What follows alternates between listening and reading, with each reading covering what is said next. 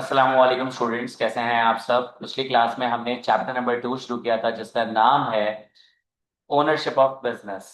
उसमें हमने सबसे पहले बात की थी कि कोई भी एंटरप्रेन्योर जब कोई बिजनेस स्टार्ट करता है तो सबसे पहले डिसीजन ये होता है कि वो कौन सा form of business ownership select करेगा। अगर मैं फॉर्म ऑफ बिजनेस ओनरशिप की बात करूं तो there are three basic form of business ownership. Number one, sole proprietorship. Number two, partnership. Number three, company. तो यहाँ पे आपके पास तीन किस्म के बिजनेस ओनरशिप्स होती हैं। अब जब भी आप किसी बिजनेस ओनरशिप की तरफ जा रहे होते हो तो कुछ फैक्टर्स होते हैं जो कि आपके डिसीजन को इन्फ्लुएंस करते हैं, जैसे कि प्रॉफिटेबिलिटी, जैसे कि ग्रोथ, जैसे कि रिस्क, जैसे कि वैल्यू ऑफ द बिजनेस। कि कुछ कुछ फॉर्म्स ऑफ बिजनेस ओनरशिप्स ऐसे होते हैं कि जिसमें रिस्क ज्यादा होता है, कुछ में बिल्कुल ही कम होता है। कुछ फॉर्म ऑफ बिजनेस ओनरशिप्स ऐसे होते हैं जिसमें वैल्यू बहुत ज्यादा हो जाती है, कुछ में इतनी ज्यादा वैल्यू नहीं बन पाती। तो आप कोई भी form of business ownership select कर रहे हो तो आपको ये देखना पड़ता है कि तमाम फैक्टर्स आपके फेवर में है या नहीं है।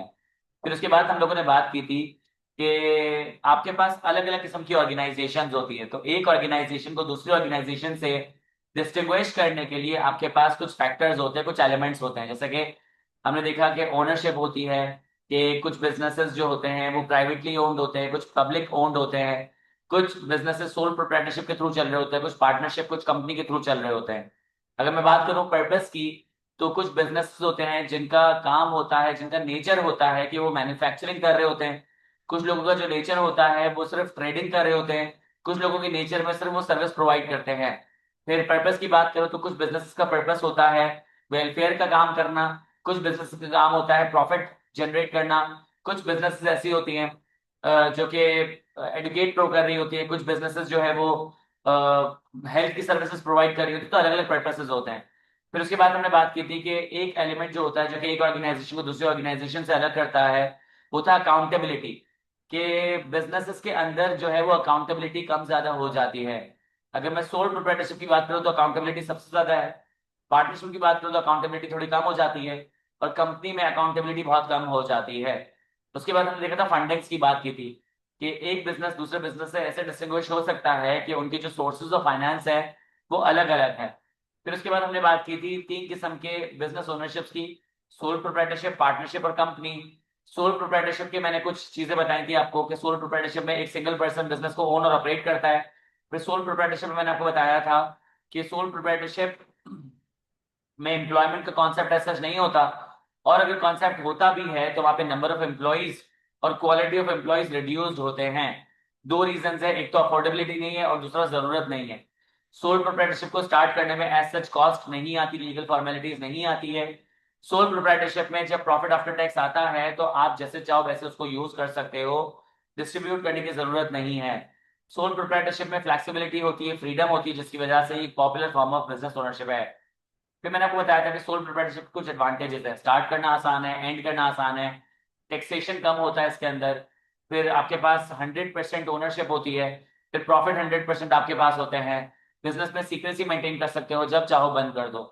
डिसएडवांटेजेस देखे थे कि सोल प्रोप्राइटरशिप के अंदर अनलिमिटेड लायबिलिटी होती है, सोल प्रोप्राइटरशिप में लिमिटेड स्किल्स होती हैं, सोल प्रोप्राइटरशिप में आपके पास एम्प्लॉयज को आप अफोर्ड नहीं कर सकते, सोल प्रोप्राइटरशिप में टैक्स की वेटेज ज्यादा होती है या टैक्स का इम्पैक्ट ज्यादा होता है।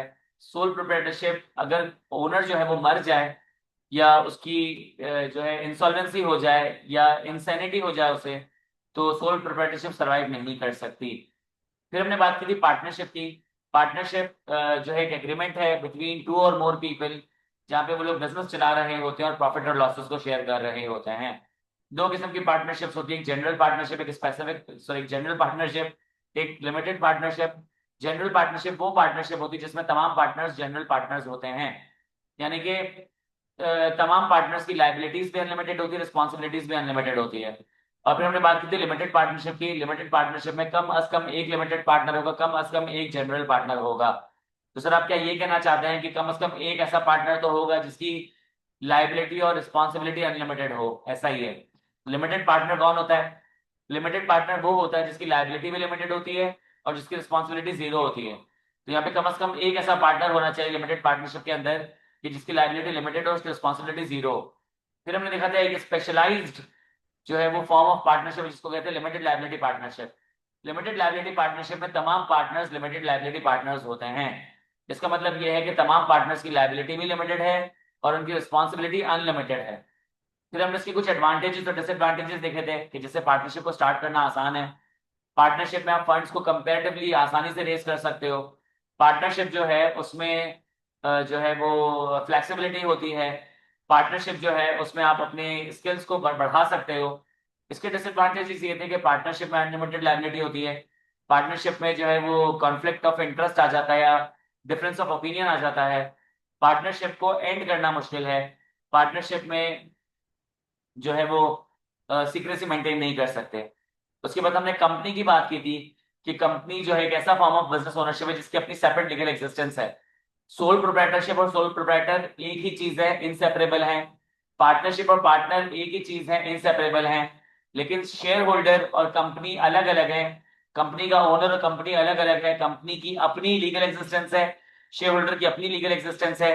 कंपनी अपने बिहाफ पे प्रॉपर्टी को ओन कर सकती है, बाय कर सकती है, सेल कर सकती है। कंपनी के अपने राइट्स और ड्यूटीज हैं। बंदा अपने बिहाफ पे क्या कर सकता है, प्रॉपर्टी को बाय कर सकता है, सेल कर सकता है, ओन कर सकता है, होल्ड कर सकता है।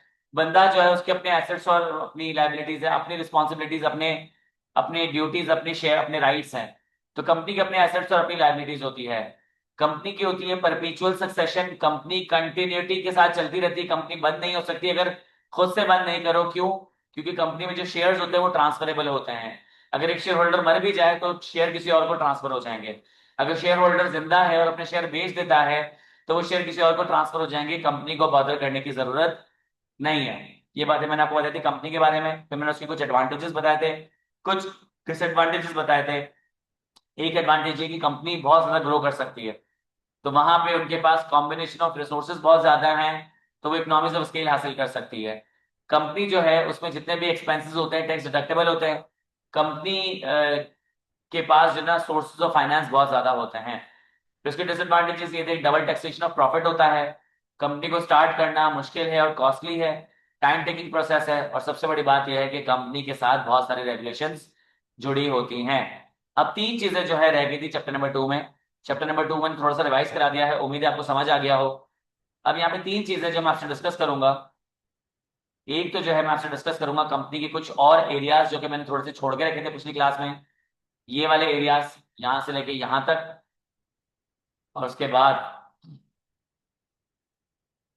यहाँ से लेके यहाँ तक, ये कुछ एरियाज जो है मैं कवर करूंगा। और दूसरा जो एरिया है वो एरिया है ये नॉट फॉर प्रॉफिट ऑर्गेनाइजेशन का, ये कवर करेंगे। और लास्टली हम बात करेंगे लॉस गवर्निंग बिजनेस ऑर्गेनाइजेशन। तो सबसे पहले हम देख लेते हैं not for profit organisation. Not for profit organisation को देख लेते हैं। यहाँ पे नॉट फॉर प्रॉफिट ऑर्गेनाइजेशन में लिखा हुआ है कि ये वो ऑर्गेनाइजेशन होती है जो कि प्रॉफिट के लिए काम नहीं करती हैं। उनकी जो ऑपरेशंस होते हैं वो एक लिमिट के अंदर होते हैं। एक फंडिंग उनको मिल रही होती है, फाइनेंशियल रिसोर्सेज उनके पास अवेलेबल होते हैं, उसके अंदर वो काम कर रहे होते हैं। आप नॉट फॉर प्रॉफिट ऑर्गेनाइजेशन को डिवाइड कर सकते हो into 4: public sector, private sector, clubs and societies and cooperatives. Public sector organisation कह लो, गवर्नमेंट ऑर्गेनाइजेशन कह लो, मतलब एक ही है। गवर्नमेंट ऑर्गेनाइजेशन वो ऑर्गेनाइजेशन होती है जिसकी फंडिंग गवर्नमेंट से आ रही होती है। गवर्नमेंट कैसे फंडिंग हासिल करती है? टैक्सेस के थ्रू, पेनल्टीज के थ्रू, और बहुत सारे तरीकों से गवर्नमेंट क्या करती है, फंडिंग हासिल करती है। और फिर पब्लिक सेक्टर ऑर्गेनाइजेशन को फंडिंग दे देती है। जैसे कि आपके पास गवर्नमेंट स्कूल हो गए, गवर्नमेंट कॉलेजेस हो गए, पब्लिक पार्क्स हो गए। तो ये आपके पास क्या है, ये वो चीजें हैं जो कि गवर्नमेंट की तरफ से मिलती हैं और ये फ्री ऑफ कॉस्ट होती है। इनकी फंडिंग जो है गवर्नमेंट को मिलती है, कहाँ से? गवर्नमेंट के सोर्सेज से मिलती है। फिर आपके पास है non governmental organisation. Non governmental organisation भी नॉट फॉर प्रॉफिट ऑर्गेनाइजेशन है, ये वही काम कर रही होती है जो गवर्नमेंट करती है, लेकिन इनकी जो फंडिंग होती है ज्यादातर प्राइवेट सोर्सेज से होती है, गवर्नमेंट के सोर्सेज से नहीं होती है। लोग इनको चैरिटी देते हैं, लोग इनको डोनेशन देते हैं, लोग इनको फंड्स देते हैं, लोग इनको गिफ्ट देते हैं, लोग जो है वो इनको ऐसे डोनेशन दे देते हैं। तो यहाँ पे आपके पास क्या है कि नॉन गवर्नमेंटल ऑर्गेनाइजेशन जो है वो नॉट फॉर प्रॉफिट ऑर्गेनाइजेशन है जो कि गवर्नमेंट का काम ही करती है, लेकिन उनके पास जो सोर्स ऑफ फाइनेंस होता है वो प्राइवेट सोर्सेज से आता है। ज्यादातर गवर्नमेंट सोर्सेज की तरफ से वो फंड्स नहीं आते हैं। पब्लिक सेक्टर गवर्नमेंट ऑर्गेनाइजेशन होती है, इनकी फंडिंग गवर्नमेंट ऑर्गेनाइजेशन से होती है। और गवर्नमेंट जो है जहां से भी पैसा कमाती है इनको देती है ताकि ये वेलफेयर का काम कर सकें। फिर आपके पास लिखा हुआ है clubs and societies and cooperatives. अब क्लब्स एंड सोसाइटीज ये वो ऑर्गेनाइजेशन है जो कि लिटरली प्रॉफिट कमाती है, लेकिन प्रॉफिट कमाने के बाद क्या करती है कि बिजनेस के अंदर री इन्वेस्ट कर देती है। मैं आपको एग्जांपल देता हूँ। एक एग्जांपल है केएमसी स्पोर्ट्स कॉम्प्लेक्स। अब केएमसी स्पोर्ट्स कॉम्प्लेक्स जो है क्लब है, एक सोसाइटी है। यहाँ पे क्या होती है, कुछ सर्विसेज प्रोवाइड की जाती है लो कॉस्ट में, जैसे कि स्केटिंग की सर्विस, स्विमिंग की सर्विस, इंडोर गेम्स की सर्विस और जिम की सर्विस। अब यहाँ पे एक बंदा जो है ना सस्ते में ये सर्विस अक्वायर करता है, तो ऑर्गेनाइजेशन को पैसे मिल जाते हैं, ऑर्गेनाइजेशन बदले में सर्विसेज प्रोवाइड कर देती है।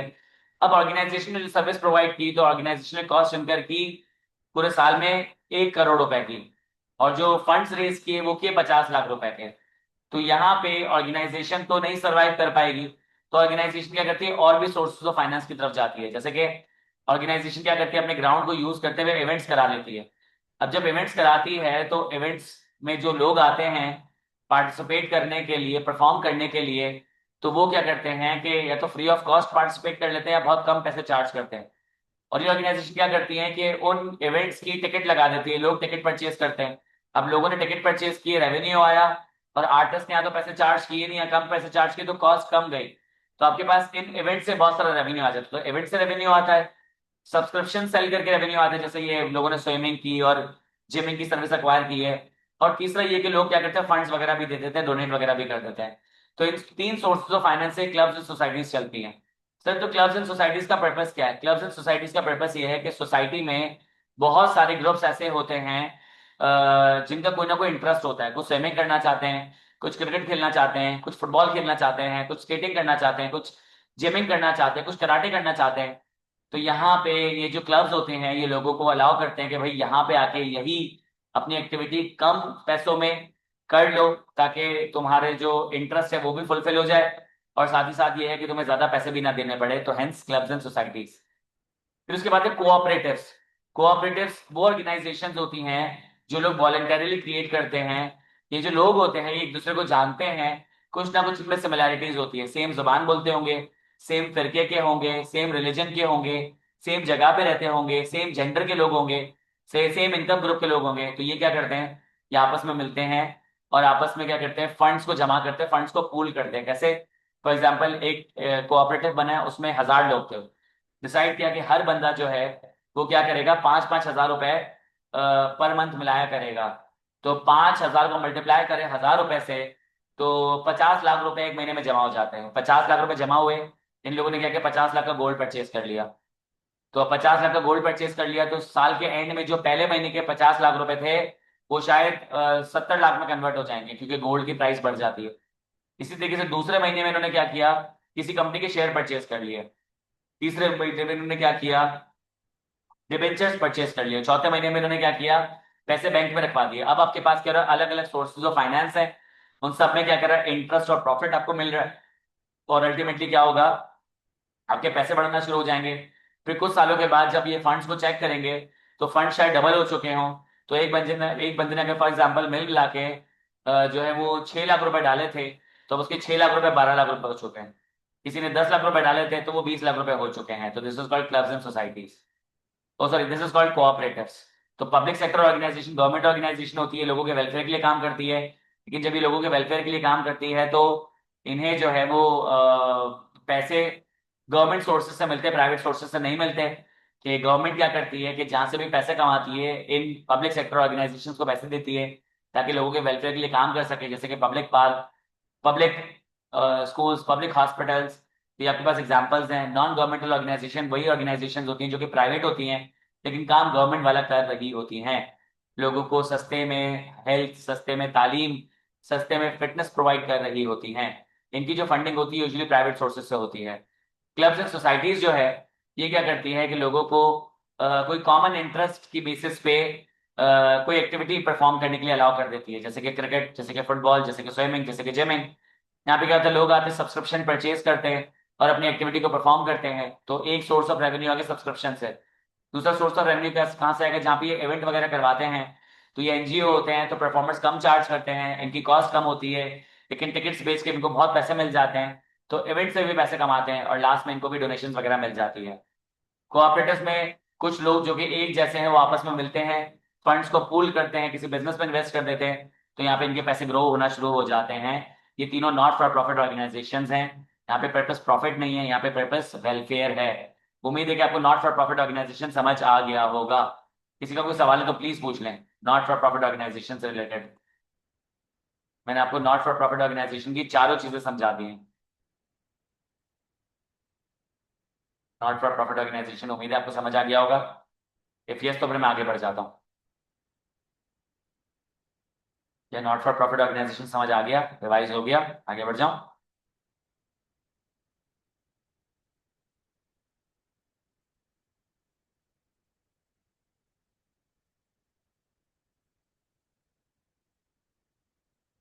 जी, चल आगे बढ़ते हैं। अब अगला आपके पास आ रहा है लॉज गवर्निंग बिजनेस ऑर्गेनाइजेशंस। कि मैंने आपको बताया था बहुत सारे एक्सटर्नल फैक्टर्स होते हैं जो कि बिजनेस को इन्फ्लुएंस कर रहे होते हैं, बिजनेस की डिसीजन मेकिंग को चेंज कर रहे होते हैं। जैसे कि politics, environment, society, technology, economy और लॉ। तो लॉज जो है वो बिजनेस ऑर्गेनाइजेशन को गवर्न करते हैं, चेंज कर देते हैं।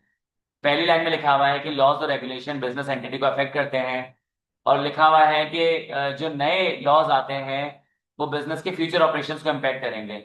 दूसरे पैराग्राफ में लिखा हुआ है कि लॉज और regulation country to country vary करते हैं, लेकिन कुछ इंटरनेशनल रेगुलेशंस हैं उनको क्या कर दिया जाता है, स्टैंडर्डाइज कर दिया जाता है ताकि इंटरनेशनल बिजनेसेस को प्रमोट किया जा सके, जैसे कि बैंकिंग लॉ।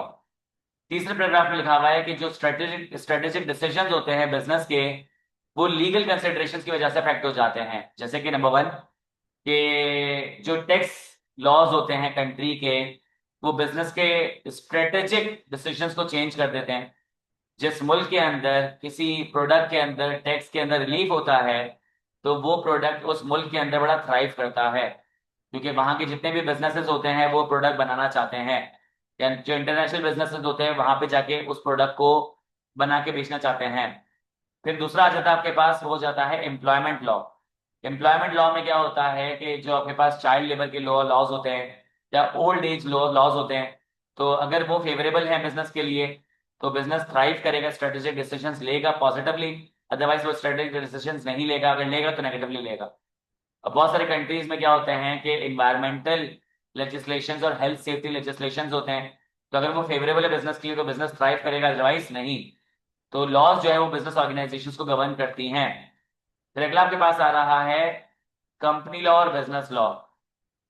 कंपनी लॉ के बारे में कुछ बातें लिखी हुई हैं कि पाकिस्तान के अंदर अगर आपने बिजनेस सेटअप करना है और बिजनेस के नाम पे आपने पब्लिक या प्राइवेट कंपनी बनानी है, तो जरूरी है कि आपने रिक्वायरमेंट्स को पूरा करना पड़ेगा इनकॉर्पोरेशन, मैनेजमेंट, ऑपरेशंस और बाइंडिंग अप की। किसकी? कंपनीज एक्ट 2017 की। कंपनीज एक्ट कौन इशू करता है? Security and exchange commission of Pakistan. इसके अलावा जो है आपके पास बहुत सारे और भी कॉर्पोरेट लॉज और रेगुलेशंस होते हैं जो कि कंपनी के ऊपर एप्लीकेबल होते हैं। ये जो एक्ट है ये रेगुलेट करता है कि कंपनी जो है वो शेयर होल्डर्स के, क्रेडिटर्स के और बाकी स्टेक होल्डर्स के इंटरेस्ट को प्रोटेक्ट करे, जनरल पब्लिक और के इंटरेस्ट को जो है वो प्रोटेक्ट करे और इनकलकेट करे, वो प्रिंसिपल्स अप्लाई करे जो कि गुड गवर्नेंस को शो करती हैं। कंपनीज के लिए जरूरी है कि वो कंप्लाई करें कंपनीज एक्ट से। फिर साथ ही साथ जो है उनको कुछ कॉस्ट इनकर करनी पड़ेगी कि वो इनकॉर्पोरेट करें ह्यूमन रिसोर्सेज ऑडिट और फाइनेंशियल स्टेटमेंट्स को। फिर साथ ही साथ जो है वो एनुअल जनरल मीटिंग होल्ड करें, रिकॉर्ड कीपिंग करें। कंपनी जो है कंप्लाई नहीं करती कंपनीज एक्ट के पर तो उनको पर पेनल्टी चार्ज होती है। और बिजनेस मैनेजर जो होते हैं वो क्या करते हैं कि कंपनी की कॉस्ट को बढ़ा देते हैं, क्योंकि उनको पता होता है कि जो नॉन कंप्लायंस है उसकी कॉस्ट ज्यादा बड़ी होगी। फिर आ जाता है पार्टनरशिप लॉ। पार्टनरशिप एक 1932 रेगुलेट करता है पार्टनरशिप को, पार्टनरशिप के अंदर जितने भी पार्टनर्स होते हैं उनकी राइट्स और ड्यूटीज को। फिर इसके अलावा जो पार्टनरशिप के साथ जो थर्ड पार्टी डील कर रही होती है उनकी राइट्स और ड्यूटीज को। फिर एक पार्टनर की दूसरे पार्टनर्स के साथ राइट और ड्यूटीज को, पार्टनर्स की फर्म के साथ जो रिलेशन है उसको रेगुलेट कर रही होती है। पार्टनरशिप किस तरीके से स्टार्ट होगी, किस तरीके से वाइंड अप होगी, राइट्स एंड ड्यूटीज क्या है पार्टनर्स की। फिर इसके अलावा उनकी लाइबिलिटी का क्या सीन है, फिर उनका बिजनेस में क्या क्या स्टेक होगा, क्या क्या उनकी profit and loss sharing percentage होगी। इसके अलावा वो सैलरी हासिल कर रहे हैं या नहीं कर रहे हैं, इंटरेस्ट ले रहे हैं कि नहीं ले रहे। ये तमाम चीजें जो है पार्टनरशिप एक्ट के अंदर मौजूद होंगी। तो हम लोगों ने क्या पढ़ लिया? हमने पढ़ लिया लॉज गवर्निंग बिजनेस ऑर्गेनाइजेशन, एक पार्ट हम लोगों ने ये कवर कर लिया। एक पार्ट हम लोगों ने नॉट फॉर प्रॉफिट ऑर्गेनाइजेशन का कवर कर लिया। अब हम चलते हैं आखिरी पार्ट की तरफ, कंपनीज, सॉरी ये कॉर्पोरेट की। ये आपके पास जो कंपनी होती है, जो आपके पास फॉर्म्स ऑफ बिजनेस ओनरशिप है, उसमें जो आखिरी फॉर्म है कंपनी, उसके बारे में कुछ बातें लिखी हुई है, हाईलाइट हुई हुई है। Private limited company, public limited company और इनिशियल पब्लिक ऑफरिंग। गौर से सुनना। Private limited company, private limited company वो कंपनी होती है जिसको प्राइवेट शेयर होल्डर्स ओन और ऑपरेट करते हैं। सर प्राइवेट शेयर होल्डर्स का मतलब क्या होता है? प्राइवेट शेयर होल्डर्स का मतलब ये होता है कि प्राइवेट लिमिटेड कंपनी में मिनिमम दो शेयर होल्डर्स होते हैं और मैक्सिमम होते हैं 50। दो से कम नहीं हो सकते, 50 से ज्यादा नहीं हो सकते। एक प्राइवेट लिमिटेड कंपनी दो लोगों ने शुरू की, इसका मतलब है कि उनके पास शेयर मौजूद है, वही बोर्ड ऑफ डायरेक्टर्स है, वही कंपनी को चलाएंगे। अगर उनको लगता है कि उनको और पैसों की जरूरत है या डिसीजन मेकिंग को ब्रॉड करना है, तो वो क्या करेंगे, एक और शेयर होल्डर को ले आएंगे। अब जो तीसरा शेयर होल्डर आ गया, तीनों मिलकर क्या करेंगे, प्राइवेट कंपनी चलाएंगे। एक होती है public limited company. Public limited company वो कंपनी होती है जिसमें मिनिमम शेयर होल्डर्स जो है वो 7 होते हैं, मैक्सिमम शेयर होल्डर्स अनलिमिटेड होते हैं। जब कुछ प्रोमोटर्स कंपनी में जाते हैं, कुछ प्रोमोटर्स रजिस्ट्रार के पास जाते हैं, रजिस्ट्रार को बोलते हैं कि भाई हमें कंपनी बनानी है, तो रजिस्ट्रार उनसे कुछ लिखत पढ़त कराता है, कुछ पैसे लेता है, लॉयर्स इन्वॉल्व होते हैं। जब ये सारी चीजें हो जाती हैं, तो रजिस्ट्रार कहता है कि सबसे पहले तुम कंपनी के शेयर परचेज करो। ये जो प्रोमोटर्स होते हैं कंपनी के शेयर परचेज कर लेते हैं, जैसे कंपनी के शेयर परचेज करते हैं ये बन जाते हैं शेयर होल्डर्स। फिर उसके बाद क्या होता है, ये शेयर्स मार्केट में सेल करते हैं। जब मार्केट में शेयर ऑफर करते हैं और लोग उसे परचेज करते हैं, तो आपके पास और शेयर होल्डर्स आ जाते हैं। ऐसे बढ़ते बढ़ते आपके पास एक वक्त पे इतने शेयर होल्डर्स आ जाते हैं, बिजनेस इतना ग्रो कर जाता है कि जो इनिशियल शेयर होल्डर्स होते हैं वो कंपनी की भाग दौड़ जो है वो दे देते हैं किसको, बोर्ड ऑफ डायरेक्टर्स को। अब बोर्ड ऑफ डायरेक्टर्स कंपनी चला रहे हैं, शेयर होल्डर्स कंपनी में इन्वेस्ट नहीं कर रहे। This is called public limited company. Private limited company private owners चला रहे होते हैं। पब्लिक लिमिटेड कंपनी इनिशियली तो ओनर्स चलाते हैं, उसके बाद बोर्ड ऑफ डायरेक्टर्स चलाना शुरू कर देते हैं। फिर आपके पास कॉन्सेप्ट आ रहा है initial public offering. Initial public offering कहाँ आती है? इनिशियल पब्लिक ऑफरिंग आती है पब्लिक लिमिटेड कंपनी में, प्राइवेट लिमिटेड कंपनी में नहीं आ सकती। एक कंपनी शुरू हुई है, शेयर होल्डर्स ने शेयर परचेज कर लिए, बोर्ड ऑफ डायरेक्टर्स बन गए, उसके बाद कंपनी लॉ कहेगा कि भाई आपने जनरल पब्लिक को भी शेयर ऑफर करने हैं। आपने जब जनरल पब्लिक को पहली बार शेयर ऑफर किए, this is called initial public offering. आप सब्सिक्वेंटली भी शेयर ऑफर कर सकते हो, 2 साल के बाद और शेयर ऑफर करो, 3 साल के बाद और शेयर ऑफर करो, 10 साल के बाद और शेयर ऑफर करो, वो कहलाएगा फॉलो ऑन पब्लिक ऑफरिंग। पहली बार जब आप शेयर ऑफर करोगे, this is called initial public offering. उम्मीद है कि आपको इनिशियल पब्लिक ऑफरिंग भी समझ आ गया हो। जब मैंने आपको चैप्टर नंबर 4 पढ़ाया था, मैंने आपको इनिशियल पब्लिक ऑफरिंग भी पढ़ाया था, मैंने आपको प्राइवेट प्लेसमेंट भी पढ़ाया था और मैंने आपको राइट इशू भी पढ़ाया था। उम्मीद है कि आपको तीनों चीजें याद होंगी। अगर आपको ये तमाम बातें समझ आ गई हैं तो मैं चैप्टर नंबर 2 कंप्लीट कर चुका हूँ। मुझे काइंडली बता दें कि चैप्टर नंबर 2 में कोई भी सवाल है तो मैं आंसर कर देता हूँ। आप टाइम ले लें, चीजें पढ़ लें, अभी भी हमारे पास टाइम मौजूद है। अगर आपका कोई सवाल है तो चैप्टर नंबर 2 का पूछ लें। अदरवाइज फिर मैं क्या करता हूँ कि चैप्टर नंबर 7 जो है वो स्टार्ट कर देता हूँ। चैप्टर नंबर 2 में किसी का भी कोई सवाल है तो please feel free to ask. जी। क्या चैप्टर नंबर 2 में किसी का कोई सवाल है ओनरशिप ऑफ बिजनेस में? क्या आपके पास एट ए ग्लांस है, ये देख लें।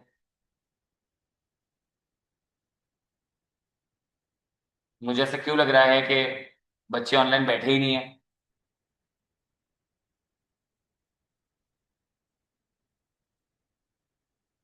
जी दोस्तों।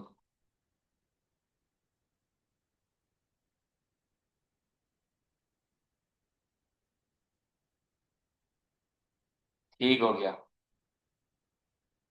चलें, अब एक 5 मिनट का ब्रेक लेते हैं, उसके बाद हम शुरू करते हैं चैप्टर नंबर 7 थोड़ी देर में, ठीक है?